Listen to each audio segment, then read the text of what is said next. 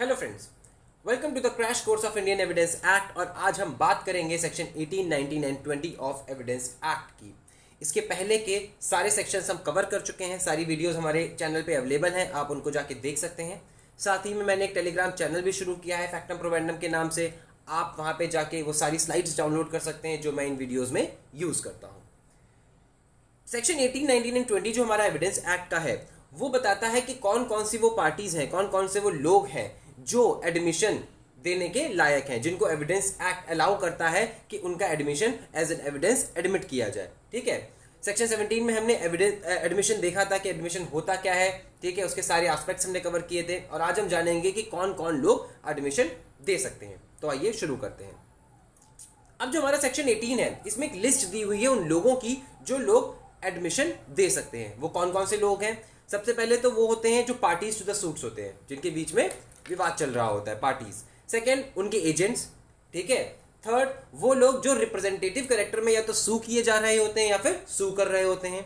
चौथा, वो लोग जिनका उस सब्जेक्ट मैटर में कोई प्रोप्राइटरी या पिक्यूनरी इंटरेस्ट होता है। ठीक है। और पांचवा, वो लोग जिनसे जो पार्टीज टू द सूट हैं उन्होंने अपना इंटरेस्ट ड्राइव किया था in the subject matter of the suit. ठीक है, तो कौन कौन लोग हुए? पार्टीज हुई। सेकंड, उनके एजेंट्स हुए या फिर उन लोगों को जिनको उन्होंने एक्सप्रेसली या इंप्लाइडली अथॉराइज किया था एडमिशन देने के लिए। फिर तीसरे कौन? रिप्रेजेंटेटिव कैरेक्टर वाले लोग। चौथा, जिनको जो है प्रोप्राइटरी या पिक्यूनरी इंटरेस्ट होता है subject matter of the proceedings में। और पांचवें, वो लोग जिनसे पार्टीज टू द सूट ने इंटरेस्ट डिराइव किया होता है subject matter of the suit में। ठीक, अब पहले बात करते हैं पार्टीज टू द सूट और प्रोसीडिंग्स की। तो ये तो नो ब्रेनर है कि जो पार्टीज होंगी, ठीक है, उनके जितने भी स्टेटमेंट्स होंगे वो तो उनके अगेंस्ट रेलेवेंट होंगे ही होंगे एज एन एडमिशन। ठीक है, लेकिन यहाँ पे कुछ बातें ध्यान में रखने वाली हैं। पहली बात कि अगर उनमें से किसी पार्टी ने प्रीवियस कोई केस में उस सब्जेक्ट मैटर के रिगार्डिंग कोई स्टेटमेंट दिया था, ठीक है, तो वो जो स्टेटमेंट उसके प्रीवियस प्रोसीडिंग्स में उसने दिया था वो उसका सब्सीक्वेंट प्रोसीडिंग में भी उसके खिलाफ यूज हो सकता है। That would be relevant as an admission against him. ठीक है, प्रीवियस स्टेटमेंट जो मतलब प्रीवियस प्रोसीडिंग्स हुई थी उसमें उसने कोई अगर स्टेटमेंट दिया तो वो सब्सीक्वेंट प्रोसीडिंग में भी उसके अगेंस्ट यूज किया जा सकता है। सेकेंड पॉइंट क्या है कि मान लो किसी केस में मोर देन वन प्लेंटिफ है, मोर देन वन डिफेंडेंट है, तो एक प्लेंटिफ का कोई जो एडमिशन होगा वो दूसरे प्लेंटिफ की अगेंस्ट जो है रेलेवेंट नहीं होगा। The same is with defendant कि एक डिफेंडेंट का एडमिशन दूसरे डिफेंडेंट के क्लेम के अगेंस्ट एडमिशन नहीं माना जाएगा। ठीक है, एक केस था ब्रह्मराज सिंह वर्सेस ब्रह्मराज देवी। ठीक है, it was a suit for declaration of ownership against certain persons. ठीक है, उनमें से एक डिफेंडेंट ने क्या किया, उसने रिटन स्टेटमेंट में प्लेंटिफ का क्लेम मान लिया। अब चूंकि उसने मान लिया, ठीक है, एक डिफेंडेंट ने माना, तो उसका जो एडमिशन है वो बाकियों के अगेंस्ट रेलेवेंट नहीं माना गया। ठीक है, और तीसरी बात क्या है कि admission made by witness can not be regarded as an admission made by the party who called him. किसी भी पार्टी ने कोई अगर विटनेस बुलाया है और उस विटनेस ने कोई एडमिशन दिया है तो वो एडमिशन जो है उस पार्टी के अगेंस्ट यूज नहीं किया जाएगा। That will not be relevant. ठीक है, तो क्या हमने देखा कि पार्टीज का जो स्टेटमेंट्स होते हैं नॉर्मल स्टेटमेंट्स वो तो रेलेवेंट होंगे ही होंगे, और उनके साथ में उन्होंने अगर कोई प्रीवियस प्रोसीडिंग में कोई स्टेटमेंट दिया होगा तो वो भी सब्सिक्वेंट प्रोसीडिंग में यूज होगा। दूसरी बात, को प्लेंटिफ को डिफेंडेंट में एक प्लेंटिफ और एक डिफेंडेंट का स्टेटमेंट दूसरे प्लेंटिफ और दूसरे डिफेंडेंट के अगेंस्ट नहीं यूज किया जाएगा। और तीसरी बात कि अगर उन्होंने कोई विटनेस बुलाया है किसी पार्टी ने तो उस विटनेस का जो स्टेटमेंट होगा वो एज एन एडमिशन नहीं लिया जाएगा against that party which has called that witness. ठीक है, अगला बात करते हैं हम एजेंट्स ऑफ द पार्टीज की। वो पार्टीज, ठीक है, वो लोग जो कि एज एन एजेंट काम कर रहे होते हैं पार्टी के। तो ये तो एजेंसी का प्रॉपर प्रिंसिपल ही है। ठीक है, लॉ ऑफ एजेंसी में प्रिंसिपल होता है कि जो एजेंट का जो स्टेटमेंट होता है उससे हमेशा प्रिंसिपल बाउंड होता है, बशर्ते कि वो जो स्टेटमेंट है वो किया गया हो that should have been made in the course of business में वो स्टेटमेंट हुआ होना चाहिए। जैसे कि where a station master of a railway company while reporting the loss of goods to the police also gave the name of a missing porter as a suspect, it was held to be an admission against the railway company as the station master had the authority to make the report of the thefts to the police and draw their attention to the suspects. जो station master ने बोला that was held to be admissible against the railway company. ठीक है, ऐसे ही जैसे कि कोई ship owner होता है, ठीक है, तो अगर उस जो शिप ओनर है, ठीक है, तो उसके खिलाफ वो सारे स्टेटमेंट्स यूज किए जाएंगे जो उस शिप के कैप्टन ने अपनी एंट्री बुक में लिख रखे होंगे, या फिर जो इंजीनियर होगा उस शिप का, उसने जो अपनी लॉग बुक में जो कुछ भी लिखा होगा, वो सारे के सारे स्टेटमेंट शिप ओनर के अगेंस्ट यूज किए जाएंगे, because the captain and the engineer are the agents of the ship owner. Likewise अगर हम पार्टनरशिप एक्ट की बात करें, तो अगर एक पार्टनर ने पार्टनरशिप के जो बिजनेस है, कोर्स ऑफ बिजनेस है, उसके अगर चलते कोई स्टेटमेंट दिया है, तो बाकी पार्टनर्स के अगेंस्ट भी एडमिसिबल होगा, ठीक है। साथ ही में एक रिप्रेजेंटेटिव कैरेक्टर की बात होती है इसमें, कि अगर कोई पर्सन है, वो रिप्रेजेंटेटिव कैरेक्टर में सू कर रहा है या वो सू किया जा रहा है, तो उसका दिया हुआ कोई भी स्टेटमेंट जो होता है वो रेलेवेंट होता है against all the others parties जिनको वो रिप्रेजेंट कर रहा होता है, ठीक है। तो यहां पे हमने क्या देखा कि जितने भी एजेंट्स ऑफ द पार्टीज होते हैं, उनका जो स्टेटमेंट होता है that is relevant against the parties. और अगर कोई रिप्रेजेंटेटिव सूट में एज अ रिप्रेजेंटेटिव कैरेक्टर कोई सूट जो है वो लड़ रहा है, तो उसके जो सारे एडमिशंस होंगे वो बाकी पार्टी जिनको वो रिप्रेजेंट कर रहा है उनके अगेंस्ट भी वो एडमिसिबल होगा। अब उन लोगों की बात करते हैं जिनका पिक्यूनरी और प्रोप्राइटरी इंटरेस्ट होता है subject matter of the suit में। ये जो लोग होते हैं ये पार्टी टू द सूट नहीं होते हैं, लेकिन फिर भी इनका जो स्टेटमेंट होता है वो रेलेवेंट होता है as an admission against the parties. कुछ केसेस में कैसे होता है हम देखते हैं। जैसे मान लो ए है, ठीक है, ए ने सी से कॉन्ट्रैक्ट किया था कि हमें कुछ गुड्स चाहिए। अब क्या हुआ कि सी ने बी के थ्रू जो है सामान भेजा।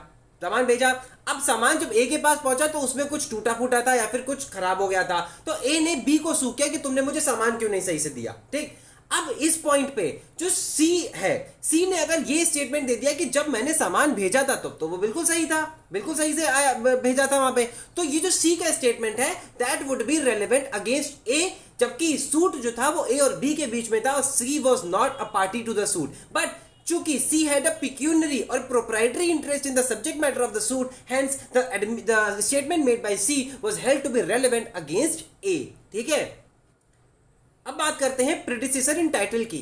कौन लोग होते हैं प्रेडिसेसर इन टाइटल? वो लोग होते हैं जिनसे पार्टीज टू द सूट ने इंटरेस्ट डिराइव किया होता है in the subject matter of the suit, ठीक है। एक तरीके से कैसे क्या बोल सकते हैं, जैसे कि प्रीवियस ओनर कोई है किसी भी प्रॉपर्टी का, प्रीवियस जो ओनर होता है वो क्या होगा, प्रेडिसेसर इन टाइटल होगा। तो ऐसे लोगों का भी जो स्टेटमेंट होता है that is an admission against the parties to the suit. कब हो सकता है? जैसे कि कोई टेनेंसी इन द क्वेश्चन है, ठीक है, कि ए ने बोला कि हम तो टेनेंट हैं, अब बी कह रहा है कि तुम टेनेंट नहीं हो। अब बी ने जो वो प्रॉपर्टी थी वो सी से खरीदी थी। अब अगर सी ने कोई स्टेटमेंट दिया है रिगार्डिंग दैट टेनेंसी, तो that would be admissible against A and B both. अगर वो पॉजिटिव में बोला तो ए के अगेंस्ट, निगेटिव में बोला तो बी के अगेंस्ट, ठीक है। तो क्या हुआ कि जो प्रीवियस ओनर है, जो प्रेडिसेसर इन टाइटल है, उसका भी जो स्टेटमेंट है that would act as an admission in the section 18 of our act, ठीक है। अब हम बात करते हैं सेक्शन 19 की। Now, Section 19 deals with the admissions of those persons whose position is in the issue, though they are not the parties to the case.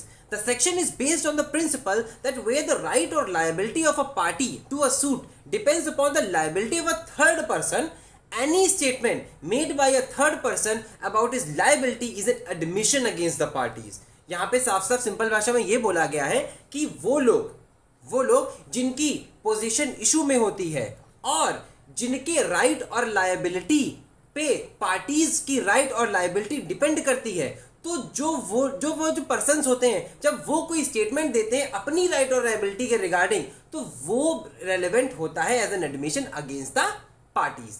For example, A undertakes to collect rent for B, B sues A for not collecting rent due from C to B, ठीक है। B ने क्या किया, ए को सू किया कि तुमने सी से मुझे रेंट क्यों नहीं लाके दिया।